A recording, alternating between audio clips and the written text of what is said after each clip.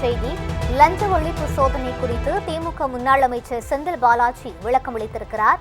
இதுகுறித்த கூடுதல் விவரங்களை வழங்குவதற்காக எமது செய்தியாளர் சுப்பிரமணியன் இணைப்பில் இருக்கிறார். வணக்கம் சுப்பிரமணியன், முழு விவரங்களை பதிவு செய்யலாம். சென்னை ஆழ்வார்பேட்டையில் இருக்கக்கூடிய நட்சத்திர ஹோட்டலில் முன்னாள் அமைச்சர் செந்தில் பாலாஜி தங்கியிருந்த சமயத்தில் இன்று லஞ்ச ஒழிப்புத்துறை போலீசார் அவரது அறைக்கு சென்று சோதனை நடத்தினார்கள். டாஸ்மாகில் முறைகேட்டில் ஈடுபட்டது தொடர்பாக வழக்கு ஒன்றை பதிவு செய்து இந்த சோதனையை லஞ்ச ஒழிப்புத்துறை போலீசார் மேற்கொண்டிருந்தார்கள். சுமார் 3 மணி நேரத்திற்கும் மேலாக அவரிடம் விசாரணை நடத்தி சோதனையும் மேற்கொள்ளப்பட்டது. இந்த சோதனையை முடித்த பிறகு லஞ்ச ஒழிப்புத்துறை போலீசார் புறப்பட்டு ஆவணங்கள் சிலவற்றை கைப்பற்றி சென்றதாக கூறப்படுகிறது.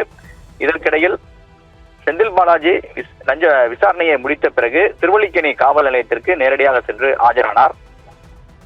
ஆஜராகி விசாரணை அதிகாரி முன்பு கையெழுத்திட்டிருக்கிறார். தேவைக்க எம்எல்ஏவிடம் பேரம் பேசிய வழக்கு தொடர்பாக முன்ஜாமீன் பெற்றிருக்கக்கூடிய நிலையில் அவர் இன்று காலை சரியாக 10:30 மணி அளவில் ஆஜராகவில்லை. லஞ்ச ஒழிப்புத்துறை விசாரணை காரணமாக அவர் ஆஜராகவில்லை என்று காவல்துறையிடம் விளக்கம் அளிக்கப்பட்டிருந்தது.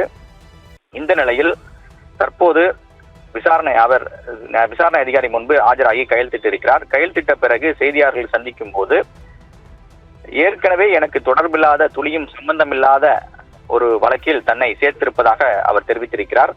எஃப்ஐஆரில் பெயர் இல்லாமல் இருக்கிறது. முன்ஜாமீன் பெற்று நான் கையெழுத்திட்டு வருகிறேன்.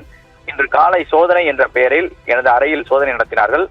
எந்தவித ஆவணமும் இல்லாமல் நான் கையெழுத்திட்டு செல்கிறேன். சோதனை வந்தால் கையெழுத்திட முடியவில்லை. தற்போது சோதனை முடிந்த பிறகு கையெழுத்திட்டு இருக்கிறேன். உச்சநீதிமன்றத்தில் டாஸ்மாக் தொடர்பான வழக்கு இன்னும் நிலுவையில் இருக்கிறது. இந்த நிலையில் தற்போது மேலும் ஒரு வழக்கை லஞ்ச ஒழிப்புத்துறை போலீசார் பதிவு செய்திருக்கிறார்கள்.